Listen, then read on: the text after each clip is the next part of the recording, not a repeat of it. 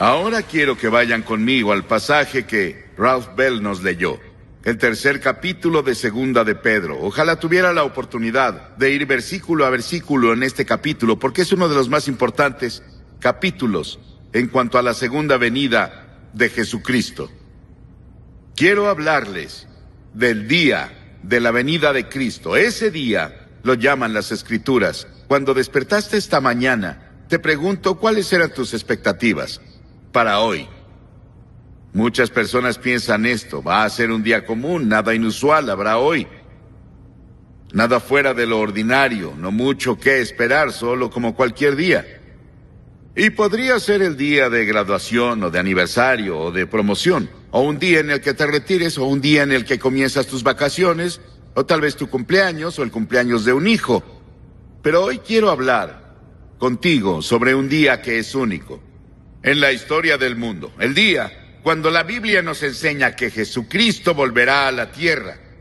Y ese día está en el calendario de Dios. La palabra de Dios dice que solo pasará una vez, y vendrá como una devastación para los que no están preparados. Pero para los que esperan la venida de Jesucristo, va a ser un día de gran gozo. Y los cristianos antiguos del Nuevo Testamento continuamente comentaron y esperaron ese día, o el día, o los últimos días. Esas expresiones se usan en todo el Nuevo Testamento, los últimos días. Y vivimos, yo pienso, en los últimos días. ¿Qué clase de día esperamos? ¿Qué pasará ese día? Primero será el día de revelación. Segunda de Tesalonicenses 1:7 dice: y ustedes, los atribulados, reposen con nosotros cuando el Señor Jesús se manifieste desde el cielo con sus poderosos ángeles. Él no vendrá montado en un asno la próxima vez. Vendrá con poderosos ángeles del cielo. Será personal el regreso y la venida de Jesucristo. Después de la crucifixión y la resurrección de Jesús, la Biblia dice que Él apareció en persona a sus discípulos y a 500 de sus seguidores. Pero Jesús no se le apareció a Pilato. ¿Se han preguntado por qué? O a Herodes, o al sumo sacerdote, o a los que querían su crucifixión. Él no apareció a ellos, no se les apareció. ¿Por qué? Porque no era el tiempo. Lo van a ver ese día que está en el futuro. Apocalipsis 1:7 dice: he aquí él viene en las nubes y todo ojo le verá, también los que le traspasaron, y todos los pueblos de la tierra se lamentarán por él. Incluso las personas que lo traspasaron, incluso las personas que idearon su muerte van a verlo, y van a estar conmocionados. Las Escrituras dicen en Primera de Tesalonicenses 4:16, porque el Señor mismo descenderá del cielo. En Hechos 1:11 dice: este mismo Jesús, quien vendrá de la misma manera como lo vieron ir al cielo. Y estaban viendo cómo se iba al cielo, su ascensión, y dice que desapareció en una nube. Creo que fue una nube de ángeles que vino a escoltarlo de vuelta al cielo, porque había ángeles que vinieron cuando él nació, lo escoltaron a la tierra, y ahora iba a volver al cielo después de su resurrección, y ellos vinieron a escoltarlo de vuelta. ¿Sabes? Antes de que una gran obra de arte como una estatua o una pintura sea presentada al público, en general se mantiene escondida. Las personas tal vez sepan que la obra se está preparando, tal vez sepan su ubicación, pero no la ven. Y cuando el día de la presentación llega, la obra de arte se cubre con una tela hasta el momento de su revelación. Las personas vienen con gran anticipación y el evento en general es precedido por una ceremonia. Y cuando se quita lo que cubre, la obra de arte es revelada a la vista para que todos la vean. Ese día, las Escrituras dicen, será la revelación del que ha estado escondido. Hoy es el día en que Cristo está escondido, no está aquí en persona, en el sentido de su carne. No se ve. Lo aman sin haberle visto, dice Pedro en Primera de Pedro 1:8. Pero ese día Él será revelado.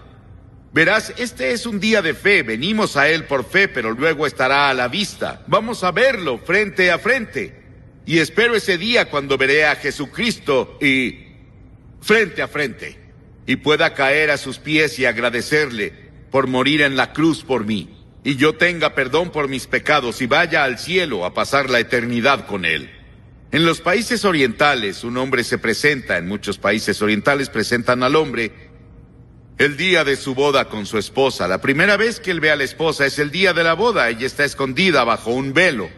Y ya imagino la expectación de esos jóvenes esperando a ver qué clase de mujer eligieron sus padres para él. Para ver a su esposa por primera vez. Amamos a Cristo, pero no lo hemos visto. Está escondido detrás de un velo. Anhelamos verlo en persona. Ahora vemos por espejo oscuramente, mas lo veremos cara a cara, dicen las Escrituras. Lo veremos con sus poderosos ángeles. ¿Qué día va a ser cuando Él venga? Como trueno en el cielo, como un rugido de trueno. Y luego en segunda, será un día de condenación. Para los creyentes será un día de éxtasis y gozo, emoción y gloria. Pero para los que no lo conocen, será un día de juicio. Dios ha puesto en nosotros un fuerte deseo de ver justicia ejecutada en el mundo. Celebramos cuando los buenos ganan y los malos pierden en televisión. Aplaudimos el sistema legal cuando aplica la justicia a una persona que hizo gran daño a otros. Aplaudimos el sistema legal cuando hace algo para llevar justicia social a nuestras comunidades. Y muchas personas se rehúsan a creer que Dios un día traerá justicia a esta tierra, pero va a hacerlo. Y será bajo sus términos. A cada uno de nosotros vamos a tener que enfrentar el juicio. Dios es perfecto en amor y justicia. Dios es un Dios de amor. No te vayas y dejes que las personas piensen que Dios no es un Dios de amor. Lo que quiero que recuerdes más de toda esta cruzada es que Dios te ama. No importa quién seas, lo que eres, qué trasfondo étnico tengas, cuántos pecados hayas cometido, Dios te ama y no hay nada que puedas hacer. Dios va a continuar amándote hasta la tumba. Él te ama, es un Dios de amor, pero también es un Dios de justicia y va a llevar a las personas de todo el mundo a un lugar de juicio y traerá justicia al mundo. En segunda de Tesalonicenses 1:8 y 9 dice, en llama de fuego para dar retribución a los que no conocieron a Dios, ni obedecen al Evangelio de nuestro Señor Jesucristo, los cuales sufrirán de eterna expulsión de la presencia del Señor y de la gloria de su poder. Piensa en eso. La traducción Revised Standard Version del versículo, una exclusión de la presencia de Dios. Verás lo que significa, es que los que están perdidos, los que no conocen a Cristo como Señor y Salvador, y podría ser un miembro de la iglesia y todo, pero dentro de ti no estás seguro de cómo estás ante Dios, y podrías estar perdido. Todos ustedes van a echar un vistazo a Cristo en su gloria. Van a ver toda la gloria y toda la emoción y el gozo del cielo por un momento, y se llevarán ese recuerdo a la eternidad. Pero no podrán disfrutarlo. Van a ser excluidos de su presencia, dicen las Escrituras.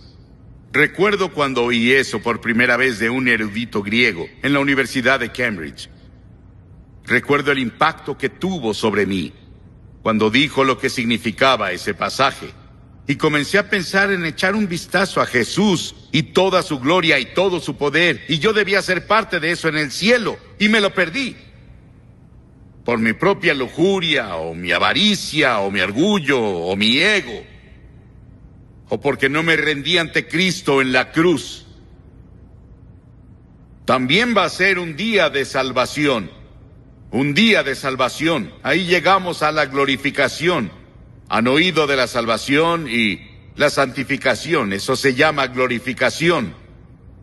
¿Quiénes son los objetos de salvación y cuál es la naturaleza de la salvación? En 2 de Tesalonicenses 1:7 dice descanso. Esto indica que muchas desigualdades van a ser niveladas.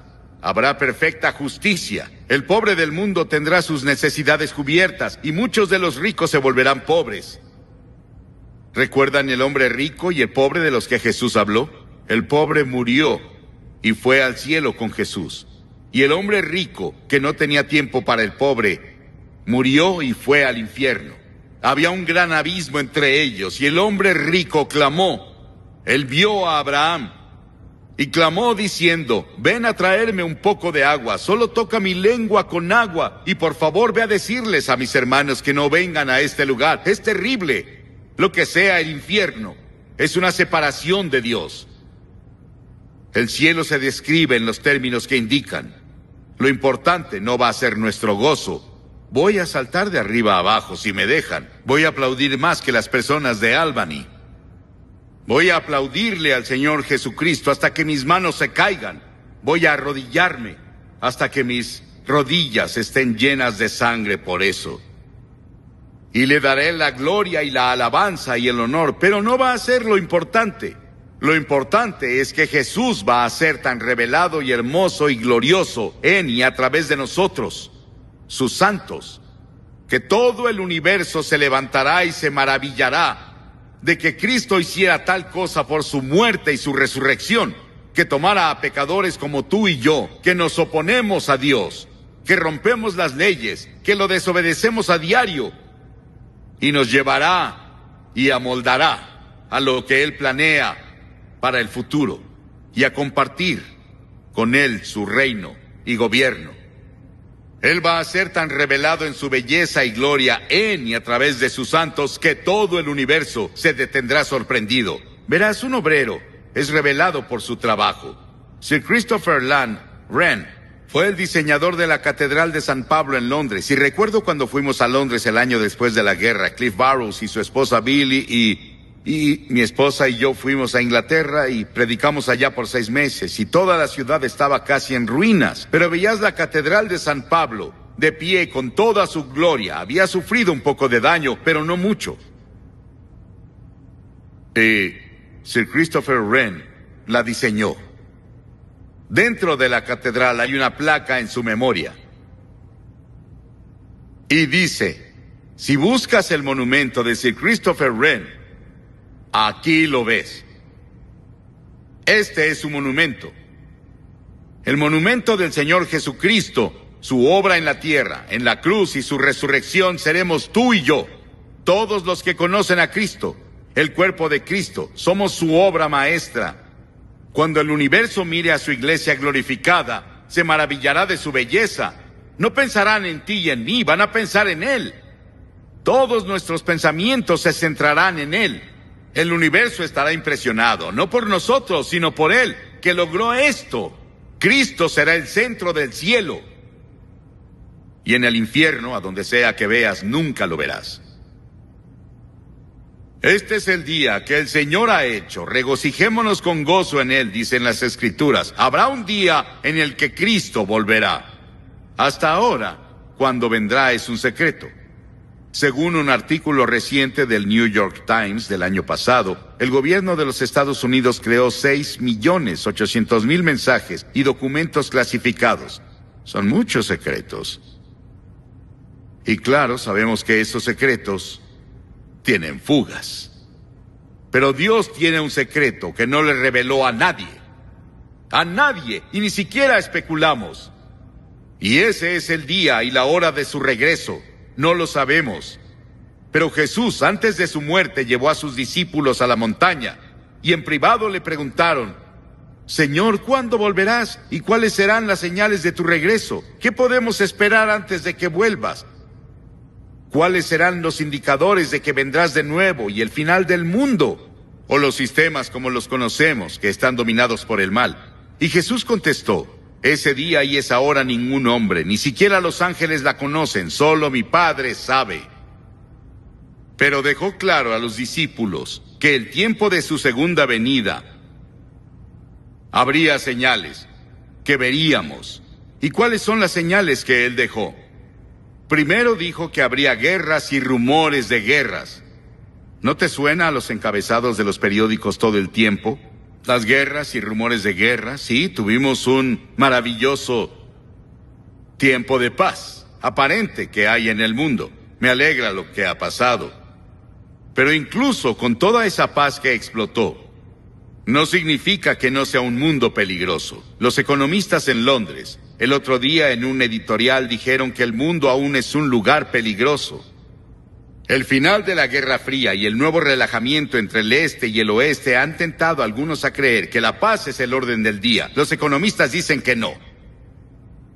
Nos deshicimos de una gran fuente de tensión, aunque el mundo aún tiene muchas pequeñas.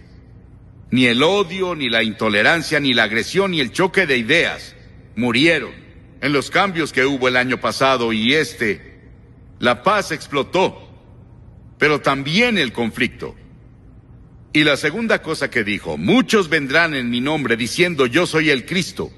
Me dicen que hay más de 400 personas en Los Ángeles tan solo que se presentan como Cristo. Él dijo que cuando se levantaran los cristos falsos y los falsos profetas y mostraran grandes señales y maravillas, y muchas personas hoy enseñan que somos Dios, todo lo que tienes que hacer es entrar en contacto con el poder que está dentro de ti, liberarlo, y puedes resolver todos los problemas de la vida. Y luego, en tercera, Jesús dijo que las masas se sobrecargarán de excesos y ebriedad e inquietudes de esta vida, y ese día vendrá sobre innumerables personas inconscientes. En otras palabras, vamos a divertirnos y a estar en todas nuestras fiestas, y vamos a ir a todos los clubes nocturnos y a beber en exceso y a usar drogas. El sexo y la violencia son las mayores amenazas de la generación actual, y son amenazas grandes, pero Jesús predijo todo eso. Él dijo que estarán viviendo como en los días de Noé, comiendo y bebiendo y casándose y dándose en matrimonio, intercambiando esposas. Y todo eso sucede hoy en una escala que nunca imaginamos. El crítico social y autor Tom Wolfe comentó de los años 80. Dijo que es la década de la fiebre del dinero, en la que la idea de inmoralidad sexual casi se desvanece. ¿Dónde están nuestros valores morales? Vamos a ver los talk shows. Y ellos nos dicen qué valores morales existen en el momento presente. Y conozco a una de esas personas. Y lo conocemos desde hace mucho. Él antes tenía fuertes valores morales, pero con los años ha sucumbido hasta ahora. Cuando lo ves en televisión, ves que se ha resbalado muy lejos de donde solía estar. Jesús dejó muy claro que habría riqueza sin igual y avaricia y excesos de indulgencia al aproximarnos al final de los días. Un columnista del periódico llamó a nuestro estilo de vida babilónico. Y luego, cuarto, Jesús dijo que habría hambrunas en muchos lugares y pestilencias, no universales, pero en diferentes lugares, dijo. Mucha de la hambruna en el mundo hoy es por el hombre, el resultado de luchas políticas y guerras civiles. Vean la hambruna en Monrovia y Liberia hoy. 500,000 personas amontonadas en ese lugar. No hay agua. El agua se suspendió por 10 días. No hay comida. No hay arroz. Y las enfermedades brotaron.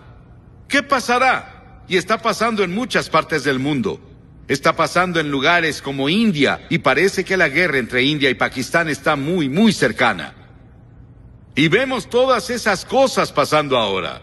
Y son las cosas que Jesús predijo que pasarían justo antes de que Él viniera. Nuestro país gasta miles de millones de dólares al año en programas de reducción, cuando el resto del mundo intenta tener algo de comida. Y luego dijo, la iniquidad abundará. Y Él hablaba de perversiones sexuales. ¿Sí? No voy a ir a eso esta noche, porque no tenemos tiempo. Pero los crímenes diarios nos asustan. Las jóvenes que son atacadas hoy y violadas son 40% más que hace un año. Algo está pasando. Parece que un espíritu malo y terrible se ha soltado, y así es el diablo. Alguien me preguntó, ¿qué anda mal con el mundo? Y dije, el pecado anda mal con el mundo y el diablo aviva la llama. Y aviva el fuego, eso pasa. Y nos inquirimos, los valores morales desaparecieron completamente, muchos. Incluso los cristianos hoy están confundidos. Nos volvimos cristianos terrenales en lugar de los que leen la Biblia y estudian las Escrituras y se ponen a orar. Nos sentamos enfrente de nuestra tele y obtenemos valores morales de ahí. Y luego dijo que habría un incremento de terremotos. Hay unos 6,000 terremotos detectados en todo el mundo cada año. El promedio de muertes por terremotos en el siglo XX ha sido de 20,000 personas cada año. En Armenia en 1988 fueron 25,000. En Irán hace unas semanas fueron 50,000. Los terremotos incrementan. En Segunda de Pedro dice, ya que todo será destruido en ese día, ¿qué clase de personas deberíamos ser? Ahora tenemos el efecto del ozono. Todos están preocupados por el ambiente, deberían estarlo, porque en este pasaje de las Escrituras nos enseñan que la tierra se va a derretir. Se desvanecerá. Algo va a pasar, una cosa climática va a pasar. Y me parece que cuando leemos del efecto del ozono, y eso es de lo que Pedro habló, y dijo, ya que todo será destruido y cambiado así, ¿qué clase de personas deberíamos ser? Deben vivir de forma santa y piadosa, esperando el día de Dios y apresurándonos a su venida. El cristiano no es un desertor de la vida. Al contrario, creer que Cristo regresará nos da confianza y el valor de vivir como debemos hoy. Saber que Cristo volverá me hace querer trabajar mucho más. Quiero alimentar a más personas. Quiero predicarles a más personas. Quiero ayudar a más personas hambrientas y sin hogar. Eso nos anima. Es un incentivo para salir a la sociedad y hacer lo mejor que podamos. Sabemos que todo el mundo no va a ser salvado, pero saliendo del mundo, habrán personas que serán salvadas. Porque esperamos un nuevo cielo y una nueva tierra, como Dios prometió. Y vivimos audazmente por Él en el contexto de nuestras vidas. La Biblia dice que vendrá un día cuando Dios sacudirá los cielos y la tierra. Ese será el día de salvación para los que conocen a Cristo. Será el día de juicio para los que no lo conocen. ¿Estás preparado? Las Escrituras dicen, prepárate para encontrar a Dios. ¿Te has preparado? Dirás, ¿qué debo hacer para prepararme? Sí, vas a la iglesia de vez en cuando. Fuiste bautizado. Tomas la comunión, tal vez. Has tomado tus votos en la iglesia. Pero muy dentro no estás seguro de cómo estás. Y quieres asegurarte primero y luego irte de aquí. Esta cruzada acabará en unos minutos. Esta fase al menos, porque va a continuar en las iglesias. Va a continuar con todo el gran trabajo de seguimiento que se planeó. Pero necesitas hacer un compromiso con Cristo hoy. Hoy es el día de salvación, ahora es el tiempo aceptable. Las Escrituras nos enseñan que puedes endurecer tu corazón. Dios te dará otro momento, otra oportunidad de decirle que sí. Te pediré que hagas algo que has visto en las últimas 2 noches, que más de 2,000 personas hicieron. Te pediré que te levantes de tu asiento y vengas y te pares frente a esta plataforma. Y al venir dices, entrego mi corazón a Cristo, quiero estar seguro, quiero tener la seguridad de que estoy salvado y que voy a ir al cielo y voy a estar preparado para encontrar a Cristo cuando regrese. Dirás, ¿por qué me pides que vaya al frente? Cada persona que Jesús llamó en el Nuevo Testamento la llamó públicamente. Él dijo, si no estás dispuesto a reconocerme ante los hombres, no te reconoceré ante mi Padre en el cielo. Hay algo con hacer un compromiso público que Él nos ha ordenado hacer. Y voy a pedirte que hagas eso ahora. Cientos de ustedes, a quienes Dios les habló, si vienes de arriba te tardarás un par de minutos. Comienza ahora, Dios te está hablando. Si estás con amigos o parientes te esperarán. Si vienes en autobús te esperarán. Hay mucho tiempo. Dios te está hablando. Ven, rápido. Cuando estés enfrente les diré unas palabras. Voy a orar con ustedes. Les daré literatura para ayudarlos en su vida cristiana. Solo levántate y ven, ahora, desde aquí y en todos lados.